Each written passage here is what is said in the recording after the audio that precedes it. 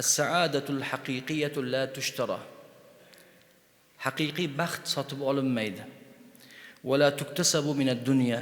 Dunyo bilan kasb ham qilinmaydi. Hamma bir-biriga baxt tilaydi. Lekin hamma baxtni har xil tushunadi.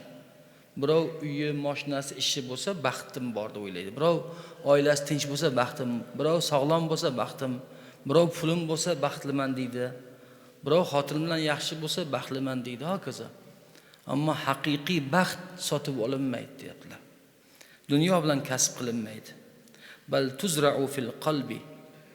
Balki haqiqiy baxt qalbga ekiladi. Indama yamtaliu bi ta'atillahi. Allohga itoat bilan to'ladi. Va turwa bil amali solihi. Solih amallar bilan sug'oriladi. Va tuzdahiru bil bu'di anil ma'asi. Va gunohlardan uzoq turish bilan gullab yashnaydi. Man 'asha lillahi, kim Alloh uchun yashasa, vajadat tuma'ninata fi zikrihi, Allohni zikr qilishda xotirjamlik topadi. Was sakinata fi qurbihi, Allohga yaqin bo'lishda sokinlik topadi. Va nura fi tariqihi, Allohga bo'lgan yo'lda esa nurni topadi. I'mal solihan, ey do'stim, solih amal qil. Varda bima qasamallohu lak, Alloh senga taqsim qilgan narsaga rozi bo'l. Wabshir bi hayatin tayyiba, va iymon shirinni totib ko'rganligini biladigan yaxshi hayot va doimiy rohat bilan xush xabar bo'l. Va abshir bi hayatin tayyiba va rohatin doima la ya'rifuha illa man zaqa halawatal iymani. Nolish, shikoyat hech qachon bizga baraka bermaydi. Nolish va shikoyat faqat kamaytiradi. Shukr esa Alloh va'da bergan ziyoda qiladi. Alloh bergan va'dasiga xilof qilmaydi hech qachon do'stlar. Shukr qilgan ziyodalik topadi. Noligan, shikoyat qilgan hech qachon barakat topmaydi. Foydasi yo'q uni hech kimga.